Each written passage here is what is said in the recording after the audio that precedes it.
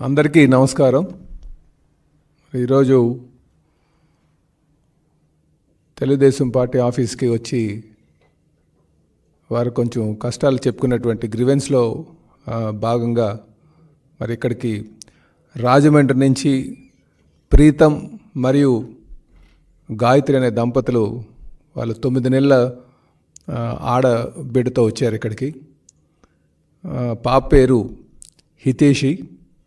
సుమారు 9 నెలలు తనకి బిడ్డ. తనకి ఒక అరుదైనటువంటి SMA అని, అంటే spinal muscular atrophy type 1 genetic ప్రాబ్లంతో తను బాధపడుతుంది.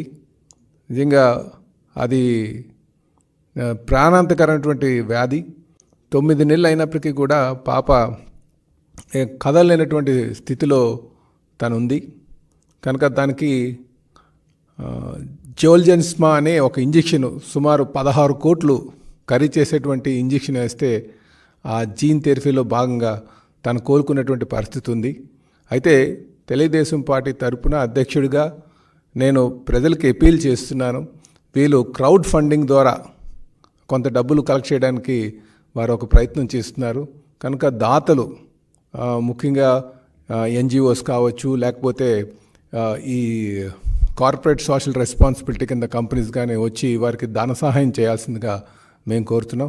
అలాగే మా తరపు నుంచి కూడా ప్రభుత్వం తరపు నుంచి కొంత డబ్బులు సర్దడానికి నా ప్రయత్నం చేస్తానని కూడా